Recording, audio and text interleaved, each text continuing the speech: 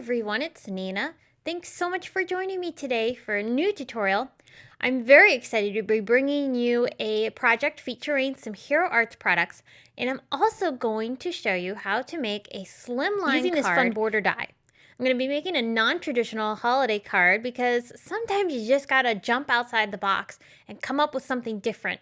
Instead of the usual Christmas colors, I'm going for bright, bold colors. I did toss in a few Christmassy kind of colors, but I'm really going to have a very colorful card here. So I started off by selecting a bunch of colored cardstocks from Simon Says Stamp and Lawn Fawn, and I'm going to start die cutting this adorable tri-fold edge village die. It's a border die and it creates these adorable little houses. I thought it'd be fun to use all three across my card. I'm going to cut each border from different colors of cardstocks so I can get a really unique stacking design with these colored cardstocks and the different edges. So I have my colors cut out and I'm kind of eyeballing how I want to do this and playing around with the placement so that I can get an idea of how my card's going to finish up. But before I glue anything together, I wanted to add some glitter. Hero Arts has a beautiful icicle glitter that is just stunning, and it's got a chunky feel to it, so it's perfect for creating snow. I'm going to take some glossy accents and apply that over top of each of the borders, covering certain areas to look like these houses are covered in snow. This die is really great because it's versatile. You can use it not only in a winter scene like this, but you could also play around with it and make it look like a spring, fall, or summer scene too. Alright, so after all of my die cuts are covered with glitter, I'm going to work on creating my card base. So I have a piece of sea glass cardstock from Simon Says Stamp, and I have the Simon Says Stamp Falling Snow stencil. I'm applying texture paste, the white texture paste from Tim Holtz, and I'm going to go ahead and spread that across my stencil using both my palette knife and a stencil palette to get a really nice smooth application. I'm only doing the top half of the card simply because I'm going to be covering the bottom half with all the houses, so it's not necessary to use that extra paste down there. So after I've lifted off the stencil, you can see I have this really awesome snowy texture, and the best part is that this dries opaque, so we're going to be able to keep that white color over top of the blue beautifully. To put together my houses, I chose to use score tape because this is a very strong double-sided tape, but it's thin double-sided tape, so it's not going to create any extra bulk for my die-cut houses, which already are going to be slightly bulky since there's going to be quite a few layers of cardstock stacked up together.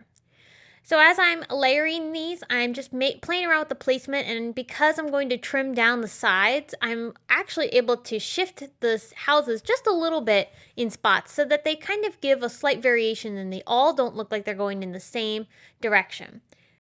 After I've added all my tape, I'm going to remove the backing sheets and then lay this down right on top of my card base. And after I've positioned everything, I'll take my Tim Holtz shears and I'll cut off all the extra that's hanging off the sides. These shears are great for something like this because they're really long and they allow you to just really cut everything off, and they're super durable. And I've never had an issue with these blades dulling. Alright, now we're ready to add some sentiments. I love the Clean Line Christmas stamp set from CZ Designs and Simon Says Stamp, so I'm going to use that in the top portion of my card to create a really nice bold greeting. The style of the card is a very modern feel, so the thin, clean font really lends itself to the card. I used my fussy cut scissors to cut the sentiment out. There may be dies for this, and if there are, I'll link them in the video description or on my blog. But I also paired the season's greetings with a small supporting sentiment from that same Clean Line Christmas set. And that's going to complete my card. I love how this turned out. You know, this actually reminds me of San Francisco. I went to San Francisco for Christmas back in 2018, and it was amazing. It was so beautiful and very cold. It didn't snow, but it was very chilly. And I enjoyed walking around the streets of San Francisco, seeing all of the Christmas lights and the fun activities, people skating in the square. It was just beautiful. So this card really reminds me of that, with all those hills and the bright colors. Perfect Christmas card, especially if you were going to send this to somebody who lives out in San Francisco. All right, I hope you enjoyed today's video. I loved putting this card together using Hero Arts products. I hope you'll stop by my blog to get more information not only on this card, but I'm also participating in a blog hop with Hero Arts. So if you'd like to get information on the hop and join us, please stop by my blog for that too. I'll be back again very soon with more to share, but until next time, have a very wonderful day. Bye!